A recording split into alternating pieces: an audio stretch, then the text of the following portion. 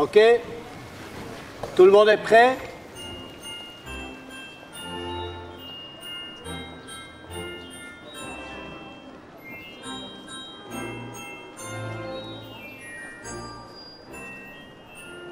Alors, silence, s'il vous plaît, et on peut commencer.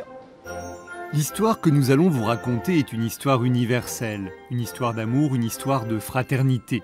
Bienvenue dans l'univers du plus célèbre opéra de Mozart, La Flûte enchantée. C'est une histoire simple et à la fois très très complexe. Et elle parle de tous les grands thèmes de la vie. Elle parle d'harmonie dans la vie, d'une quête d'harmonie en général, comment la musique peut changer le mœurs et amener une harmonie dans la vie. Ça, évidemment, c'est une allégorie déjà. Et après, elle parle aussi d'amitié, elle parle d'amour, elle parle de confiance en soi, elle parle d'un cheminement que chacun de nous, on doit traverser dans notre vie. Donc ce sont des thèmes très très généraux. Et c'est comme un conte au large, au grand sens du terme. C'est un conte et une histoire un apprentissage dans la vie.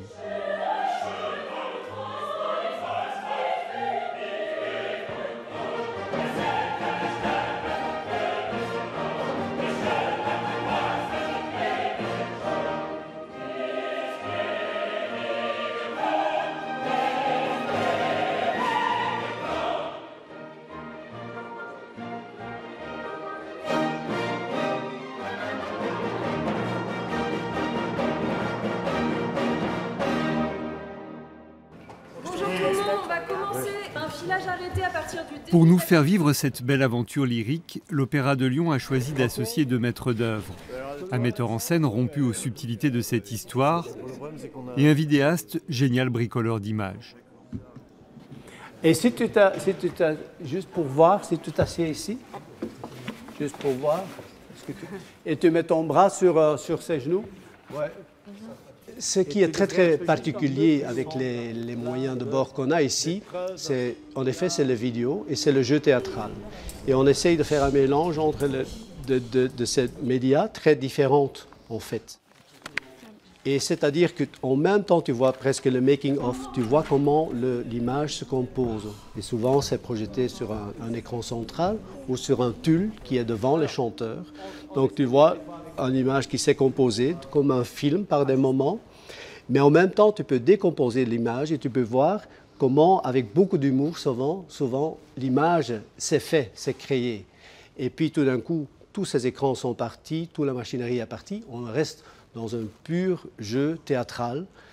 Et tous ces différents univers qu'on essaye de mêler, d'harmoniser ensemble, ça c'est vraiment une approche délicate et une approche unique.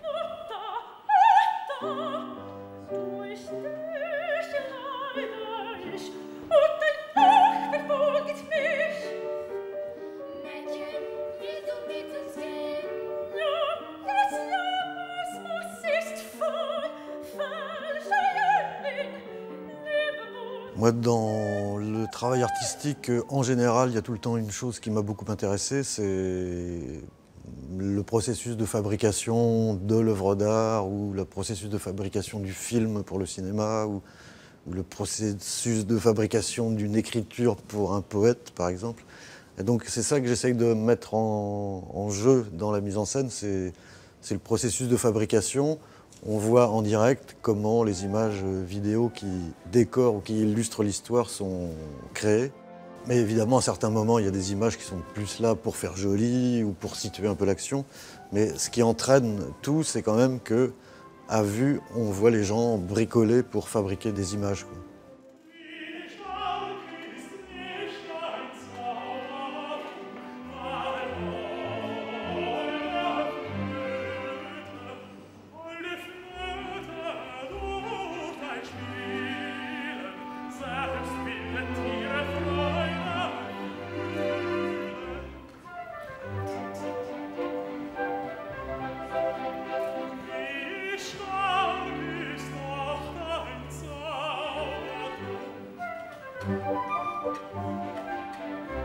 L'univers visuel est tellement fort, il implique tellement déjà de de manière de se déplacer, de positionnement à prendre, que de toute façon, un jeu relativement normal, sans exagération dans un sens ou dans un autre, va être finalement modelé par la scénographie.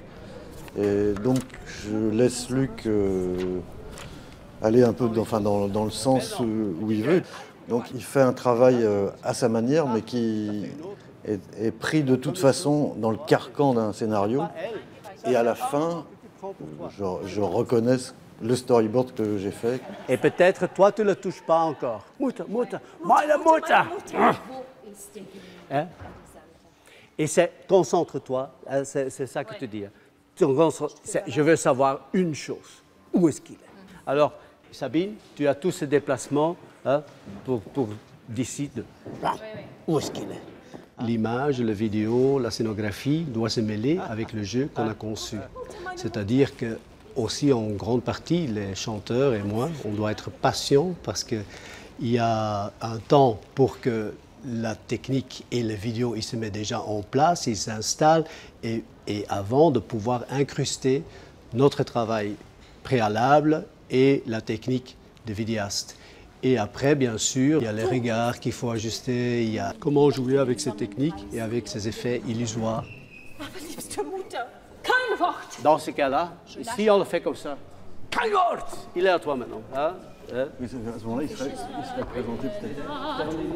Again you come, again you come. Well, we have to on the twice verstoßen. And in the coloratur here, you get up your legs, you get up. And then you get it in this ha ha ha ha.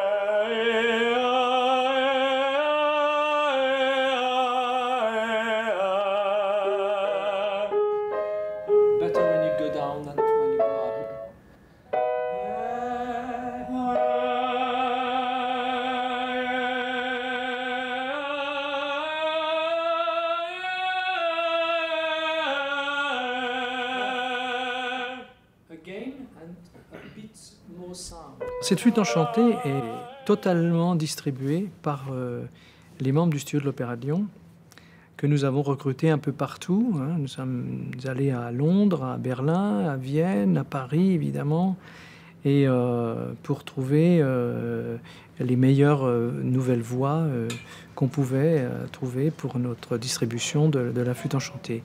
Donc, cette flûte enchantée n'est distribuée qu'à des jeunes chanteurs, tous membres du studio.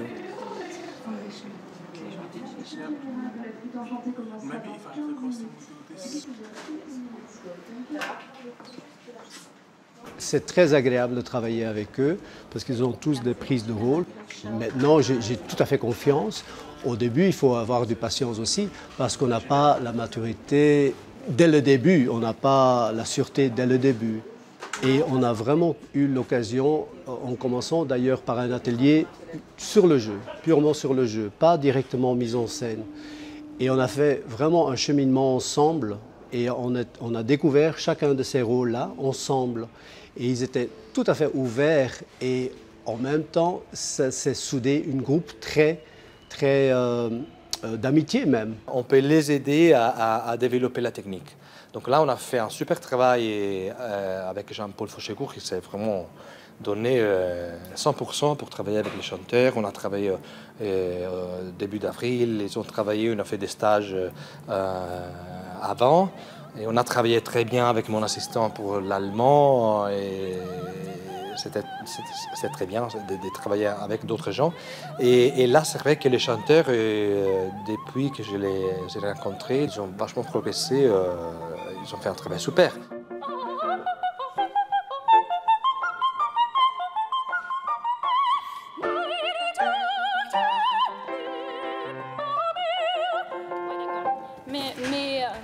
I have to cut the mea. Pour moi, le rôle de la Reine de la Nuit, c'est un gros challenge et je pense qu'on peut dire que c'était un but aussi pour mon type de voix en tant que soprano coloratour.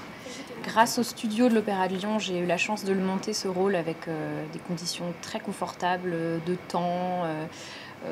On a été vraiment entouré par de nombreux professionnels, on a été en équipe, une équipe très soudée. Donc c'est un rôle qui aujourd'hui me rassure plus qu'autre chose, je me sens prête, donc je suis ravie enfin de rencontrer le public sur ce rôle.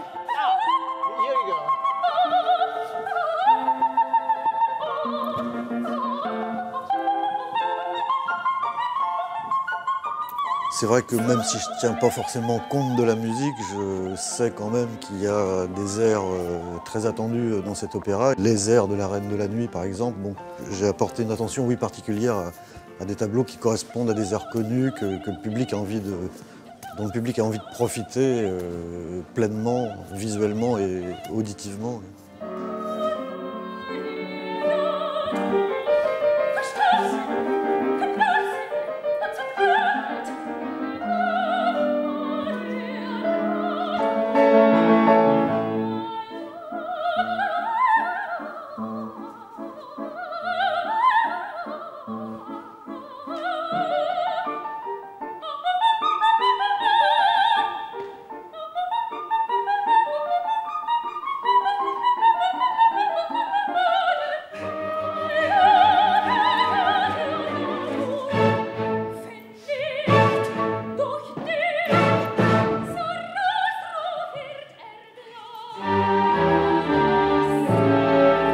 C'est vraiment une opéra magique.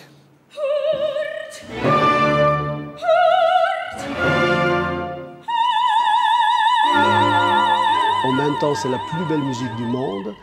Et en même temps, c'est accessible vraiment à tout le monde. Et ça, c'est quelque chose qui est tellement riche chez Mozart, tout court, et pour la flûte enchantée en particulier.